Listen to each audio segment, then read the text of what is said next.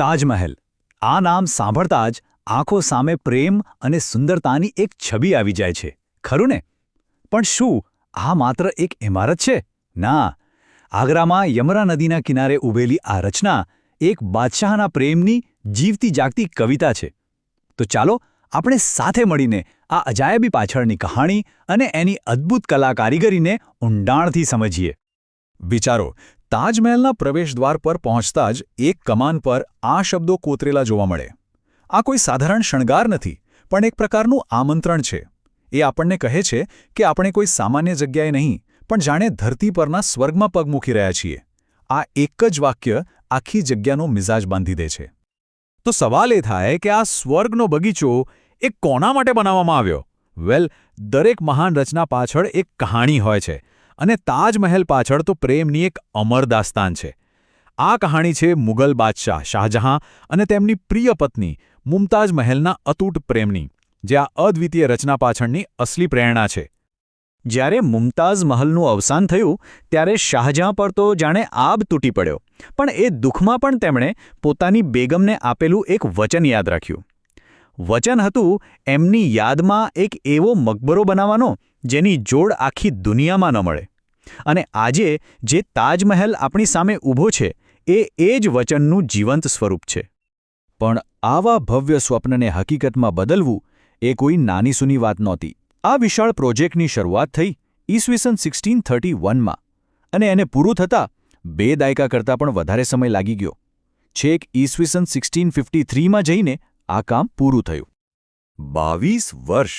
વિચારો તો ખરા, પૂરા 22 વર્ષ! 2 દાયકાથી પણ લાંબો સમય. આટલા વર્ષો સુધી હજારો કારીગરો, શિલ્પીઓ અને મજૂરોએ પોતાનો પરસેવો અને કળા રેડ્યા, ત્યારે જઈને આ સ્વપ્ન સાકાર થયું.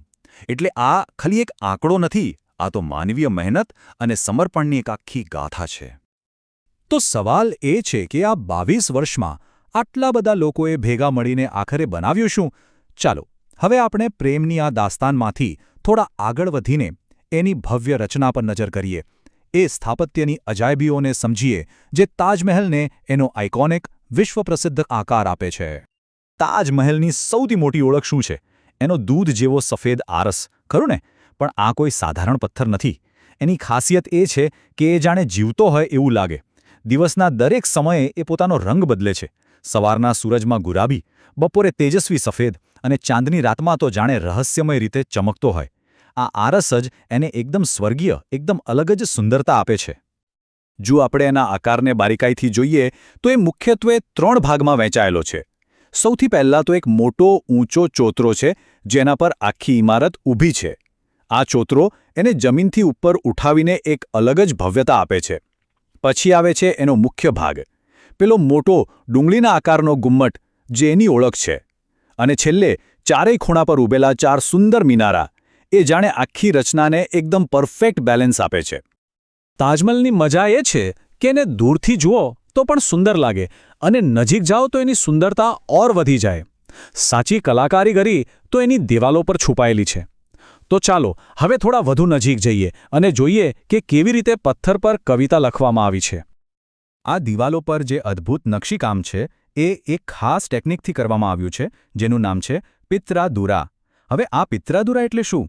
સિમ્પલ ભાષામાં કહીએ તો આ એક એવી કળા છે જેમાં સફેદ આરસને પહેલાં કોતરવામાં આવે છે અને પછી એ કોતરણીમાં અલગ અલગ રંગના કિંમતી પથ્થરોને એવી રીતે જડવામાં આવે છે કે એક સુંદર ચિત્ર બની જાય. અને આ કામમાં જબરદસ્ત ધીરજ અને ચોકસાઈની જરૂર પડે. જુઓ, પ્રોસેસ કેવી હોય છે. પહેલાં કારીગરો આરસ પર ફૂલ અને વેલની એકદમ બારીક ડિઝાઇન કોતરે.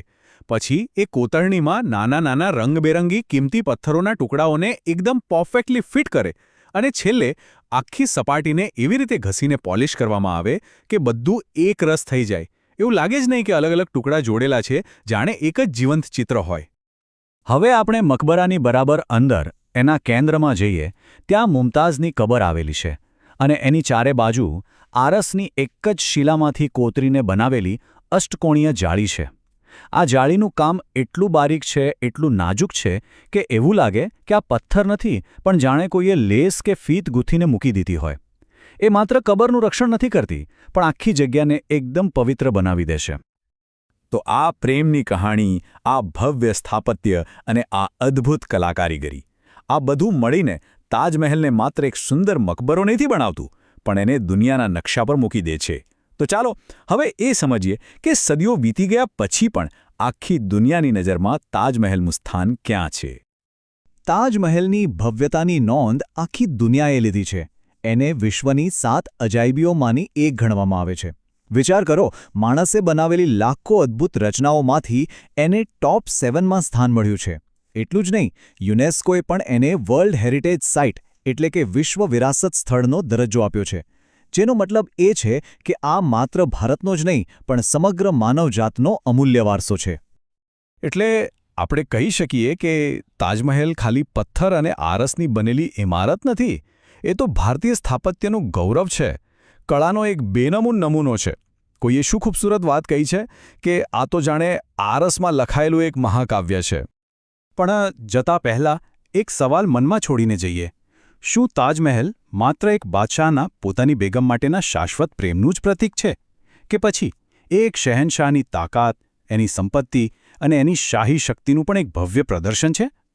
આ એક એવો સવાલ છે જે આપણને એના વારસા વિશે ઊંડાણથી વિચારવા પર મજબૂર કરી દે છે.